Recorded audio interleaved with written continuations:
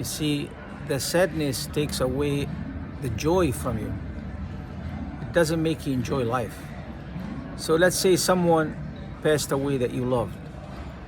That person meant so much to you. And you grieved, which is very natural. Now the grief continues and you seem unable to overcome the grief. There are things you can do to change that. Because what happens is that by you getting sadder and sadder and sadder, not only you're depriving yourself from the pleasure of life, from enjoying life, you are weakening yourself because sadness eats away at your energy. And when you get weaker, you're more stuck in the grief instead of getting stronger to get out of the grief.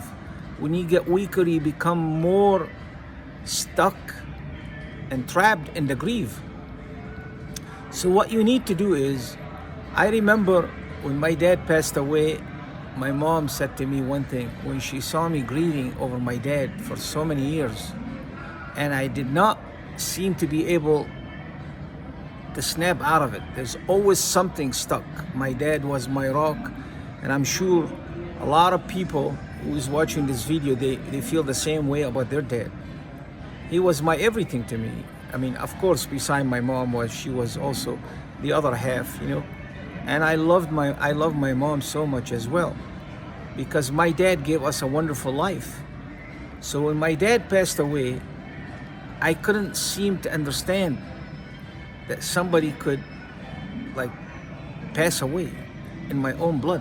I couldn't comprehend that.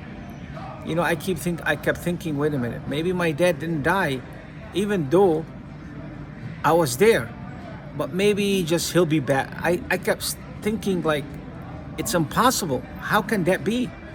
You know, and which is thoughts of hope that somehow somebody could come back and all that, you know. It just part of the grief. So what happened was, my mom said to me one thing. She said, son, what I want from you is, I want you to stop focusing on the dead and focus on the living. Focus on me. I'm alive now. You know, she said, you know, when she said that, it made a huge difference in my life when she said that. It made a big point. Because if a person keep focusing on the dead and deprive the living from the joy of being with them, from helping them, from enjoying them, being around them, you know, going out and talking to them and seeing them while they're alive, then when they die, they got deprived from all that, and then you're gonna focus on them when they're dead. They're not feeling anything.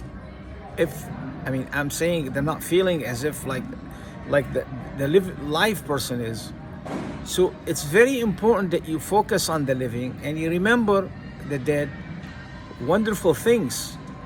Instead of feeling sadness, remember the wonderful memories they created in your life, something that gives you comfort, that gives you peace.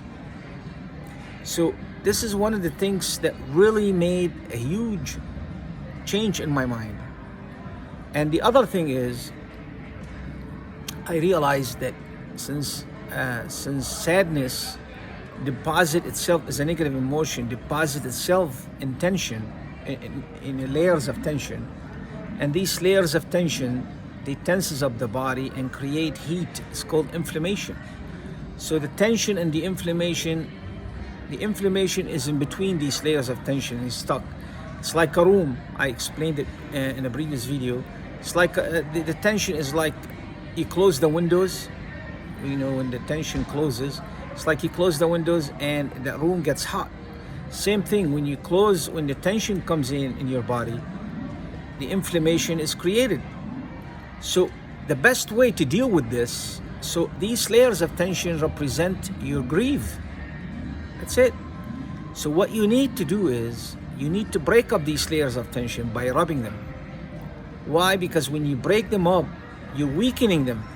So you're weakening the grief that creates the sadness. You're weakening the sadness and the grief.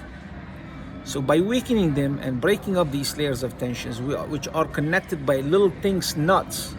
You feel the nuts sometimes, you know, and I talked about 3 kinds of nuts. One nut is a round one, you feel under the skin, you rub it, you massage it until you break it up slowly over time. You don't go hard right away on it, or any tight area, you rub it, you loosen that area.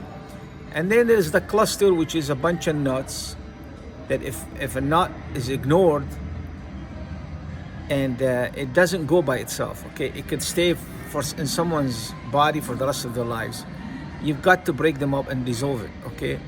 So what happens is there is the cluster, which is a group of nuts. You break them up, and when you break up a nut, that nut is like a balloon that has a nut.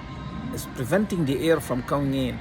It's like in the body when there's a nut, it's preventing the blood flow from coming in. So when you break it up and it opens, the blood flow that bring pleasure and bring energy and bring positivity, and because energy, it brings energy, which is the capability that you have because it has oxygen, nutrients. All of a sudden, you feel a burst of energy, you know, which is positivity. So by breaking up these layers of tensions over time, you're creating more positivity that counteract the sadness. So basically, when you're weakening the sadness, the positivity start going up. And on top of that, after you break up these layers of tension and this heat start coming out, what you need to do is by exercising, you're pushing the blood flow, you're pushing your heart muscles get stronger and pushing the blood flow to all parts of your body, pushing away that negative heat, which is the inflammation, out of your body. Either if you sweat, or some people don't sweat, but still pushing it out. You don't notice that.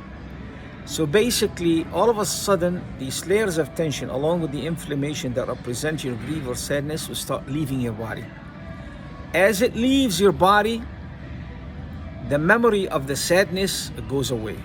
See? Because memory taps into your body to see what you got there. If you got no layers of tensions or very little of tension, the memory, the sad memory, gets less based on how many layers you got. See, so what you need to do, lower these layers of tension by rubbing, and you can feel it. You're feeling more energy and you feel happier. You feel like life has meaning. You know, you're not hopeless anymore. You know, and you are not helpless because you're doing something about that. So you're gonna see your whole life begin to change, and with the positivity comes positive emotion. You start thinking of creating something so you can make them proud, make your father proud. You know, make everybody around you proud who needs you, you know, who cares about you, who loves you. Because you're not alone in this world. Even if you feel alone, you're really not alone. You can easily, if you are the type who's positive and friendly, you can make friends with people, and there are a lot of nice people. You know, you can make a couple friends or something instead of having like thousands. If you do want to have friends more, but if you want, you know, there are some good friends, and some, if you have far away relatives, recontact them. Don't ignore them. That's what I keep telling people. Do not ignore previous contacts. Reignite those contacts. They'll bring you comfort, they'll bring you peace, and you give them peace and comfort. And you make each other stronger by your positive words to each other, encouragement and inspiration. So, and this is the message I want to give you today. I hope you learn, you take something away from this video. And please, if you like this video, subscribe to this video, and thank you so much. Bye.